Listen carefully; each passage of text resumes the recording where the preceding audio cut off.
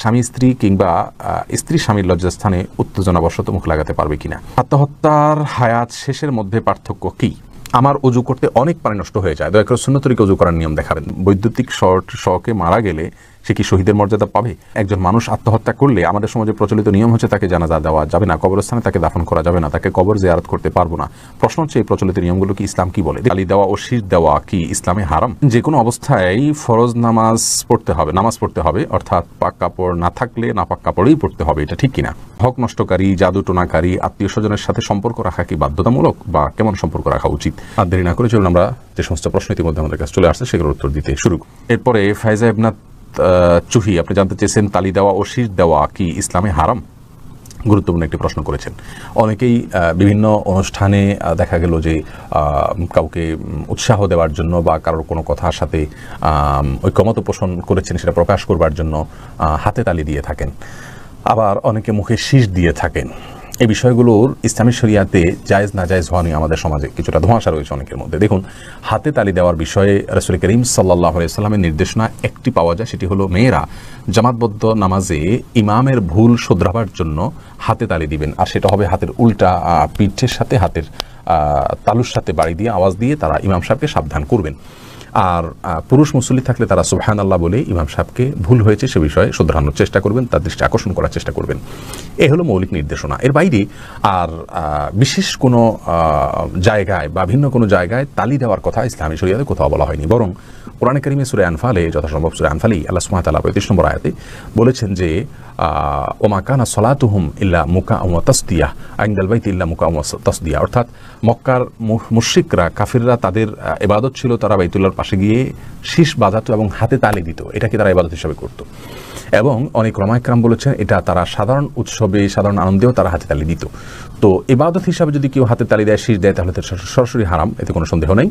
আর যদি ইবাদত হিসাবে না দেয়, এমনিতে সাধারণ অনুষ্ঠানে উৎসাহের জন্য হাতে তালি দেয় বা শীষ বাজায়, তাহলে সেটা কমপক্ষে মাকরুহ হবে, অর্থাৎ এটি অপছন্দনীয় হবে। সরাসরি হারাম হবে কিনা সেটা কেউ কেউ বলেছেন, তবে বিশুদ্ধ মত অনুযায়ী এটি মাকরুহ হবে, সাধারণ অবস্থাতে সরাসরি হারাম হবে না। আমরা কাউকে উৎসাহ দেওয়ার জন্য বা কোনো আশ্চর্যজনক কিছু দেখলে আমরা সুবহানাল্লাহ বলবো, আল্লাহু আকবার বলবো, সেটাও ইন্ডিভিজুয়ালি যার যার মতো বলবো। দলবদ্ধভাবে এরকম মানে একসাথে স্লোগান দিয়ে আল্লাহু আকবার বলা, সুবহানাল্লাহ বলার কোনো নির্দেশনা হাদিস কোরআনে পাওয়া যায় না। যার কারণে যার যার জায়গা থেকে আমরা সুবহানাল্লাহ বলবো, আলহামদুলিল্লাহ বলবো। মুমিনের এই জাতীয় কথাগুলো উচ্চারণের মাধ্যমে তিনি সওয়াব পাবেন, ভালো একটা কথা বলা হয়ে গেল। কিন্তু হাতে তালি দেওয়া এটা মুসলিমদের কালচার নয়।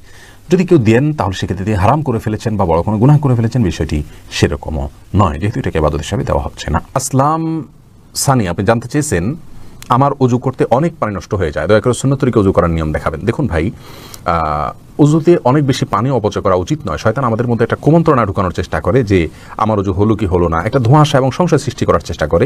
এই জায়গায় শয়তানকে আপনি সাফ বলে দিবেন, জানিয়ে দিবেন নিজের মনে মনে যে দেখো, আমাকে যে তুমি মনে মনে প্ররোচনা দিচ্ছ, আমাকে যে তুমি ভুল বুঝাচ্ছ, আমি কিন্তু রাসূল করিম সাল্লাল্লাহু আলাইহি ওয়াসাল্লাম বাতানো সুন্নাহ আদায় করলে আমার দায় মুক্ত হয়ে যাবে, আমার জন্য তোমার টেনশন করতে হবে না।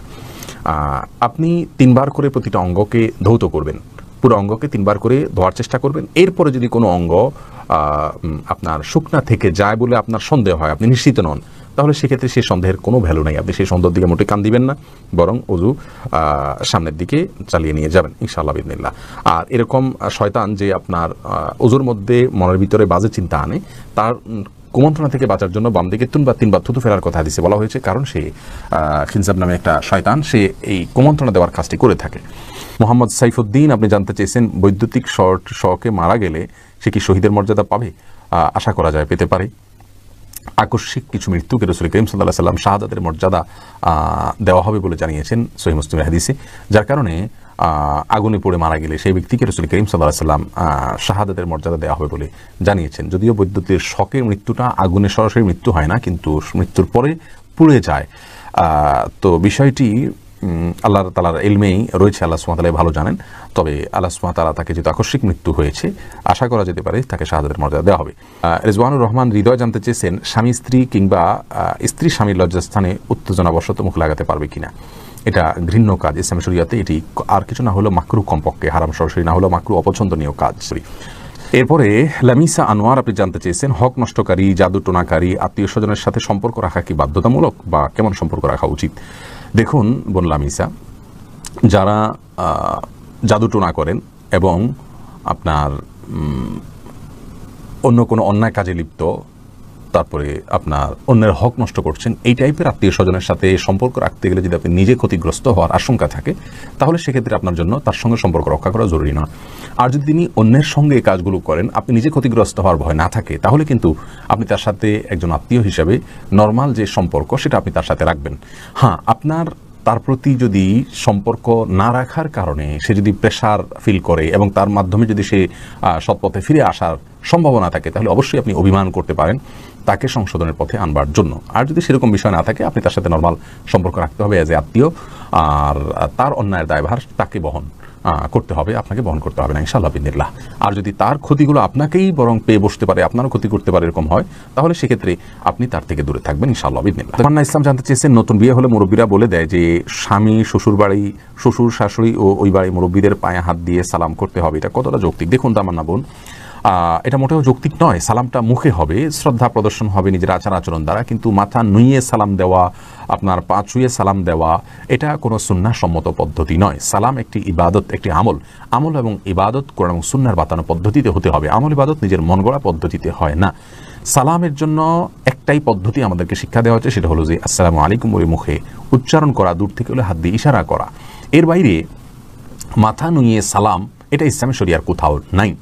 কোরআন হাদিসের কোথাও আমাদেরকে এরকম সালামের কথা বলা হয়নি। হিন্দুদের পদধূলি নেওয়া, চরণধূলি নেওয়া, সেখান থেকে কদম বসি, সেখান থেকে পাশুয়ে সালাম, এই ধাপে ধাপে এগুলো আমাদের কাছে আসছে।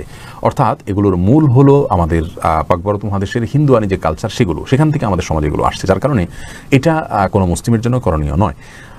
তবে এ ধরনের সালাম যদি আপনি না দেন, আপনার মা বাবা ভুল বুঝবে, মুরব্বীরা ভুল বুঝবেন, সেক্ষেত্রে তাদেরকে বোঝাতে হবে। এই জন্য ইসলামের পরে চলতে হলে আপনি একা চলতে পারবেন না, আপনার গোটা সমাজকে সাথে নিয়ে চলতে হবে, সবাইকে বোঝাতে হবে, তারপরে সবাইকে নিয়ে আপনাকে অগ্রসর হতে হবে। সবাইকে নিয়ে যদি অগ্রসর না হন, তাহলে সেক্ষেত্রে আপনি আগাতে পারবেন না। এই জন্য সবাইকে বোঝাতে হবে যে কেন এই জিনিসটা করা যায় না। তারপরে যদি আপনি কোথাও মনে করেন ফিতনা হতে পারে, আপনি না করলে এটা নিয়ে বড় কোনো ঝামেলা হতে পারে, বিবাহ ভেঙে যেতে পারে, বিরাট কোনো সমস্যা হতে পারে, তাহলে আপনি মাথাকে যথেষ্ট উঁচু করে রেখে, যাতে সিজদা বা রুকুর সাথে সাদৃশ্য না হয়, পাও ছুঁইলেন, কিন্তু এই জিনিসটা ভুল কাজ, আপনি ইচ্ছাকৃত করলেন শুধুমাত্র ফিতনা বা ফাসাদ থেকে আত্মরক্ষা করবার জন্য মজবুরিতে বাধ্য হয়ে। কিন্তু এটা হলো একেবারে নিরুপায় হলে তখন সেই সিচুয়েশনের কথা বলছি।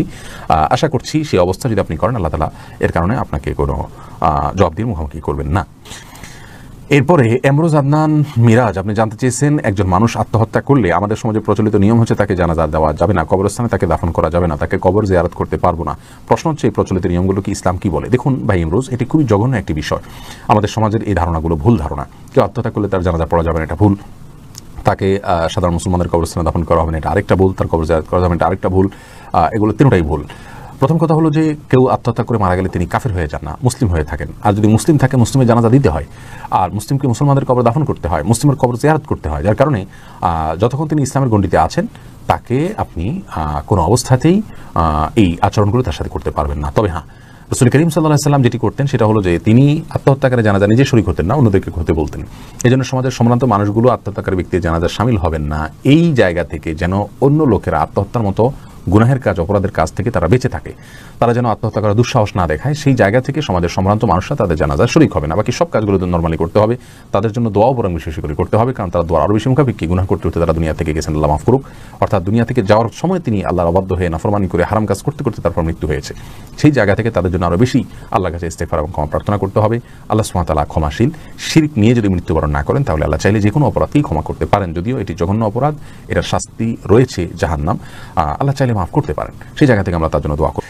এরপরে নাইমুর রহমান জানতেছেন, আত্মহত্যার হায়াত শেষের মধ্যে পার্থক্য কি? দেখুন, যার হায়াত যে পরিমাণ আছে সে ততটুকু ভোগ করবে। কেউ যদি আত্মহত্যা করে তার জীবনকে নষ্ট করে, তাহলে হায়াত পর্যন্তই ছিল, কিন্তু সে হারাম উপায়ে নিজের দুনিয়া থেকে যাওয়ার বিষয়টিকে সে করলো, কারণ সে নিজে স্বেচ্ছায় একটা অপরাধের দিকে অগ্রসর হয়ে নিজের হাতে সে সম্পাদন করেছে। এ পর্যন্ত তার হায়াত ছিল। সে যদি এটা না করত, তাহলেও তার মৃত্যু হতো, কারণ যেহেতু তার জন্য এই পরিমাণ সময় বরাদ্দ আছে। এখন কথা হলো যে সে যে এভাবে মৃত্যুবরণ করবেন সেটাও তো তার তাকদীরে লেখা আছে। হ্যাঁ, সেটা করবে, আল্লাহ সুবহানাহু ওয়া তাআলা জানেন, সেই জায়গা থেকে আল্লাহ সুবহানাহু ওয়া তাআলা তার বিষয়টি লিখে রেখেছেন।